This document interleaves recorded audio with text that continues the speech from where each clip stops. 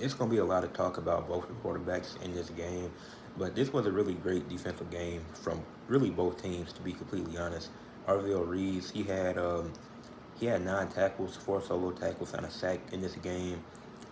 Jeremiah Matthews is the one that had the interception, and then nearly got another interception from Lorenzo Styles, who he ended up dropping it, but he had 3 solo tackles as well, had a solid showing, and Ohio State proved why they're the best defense in the nation, and why they're still another reigning champions, so the reigning national champions, so they feel like they should be ranked one instead of Texas. So Ohio State getting the win, that's definitely not surprising. Justin's saying a solid game, solid debut, 13 to 20, 126 yards, 1 touchdown. I will say I think he outperformed Arch because I think he was more consistent throughout the entire game. But Arch definitely stepped it up in the fourth quarter.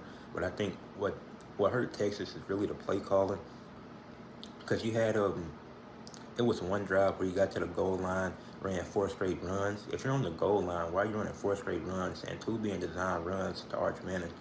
And it was one run that Arch had that was really good. It was a 14-yard run on third and 13 or something like that, and it got them a first down. But why are you running design runs for Arch Manning? It doesn't make sense. You did them back-to-back plays. Then you did back-to-back plays for your running back after that. You just ran the ball 4 straight times, and they said, if if I'm Ohio State, there's no need for me to change my formation. If you're going to do a run play 4 straight times on the same drive at the goal line, that was stupid. And then it was the drop that round Wingo had at the end of the game in like the last 2 minutes, and the commentators tried putting the blame on Arch, saying that the pass was behind him. No, he only tried to use one hand to catch the ball. I think this is common knowledge, but in football, you need to use both hands to catch that ball. You're making it more difficult trying to use one hand and make it look flashy. Use both hands to catch the ball, get the first down, and keep moving, keep the drive going. Because that's all he needed. He was getting the first down if he caught the ball, but he tried to use one hand instead.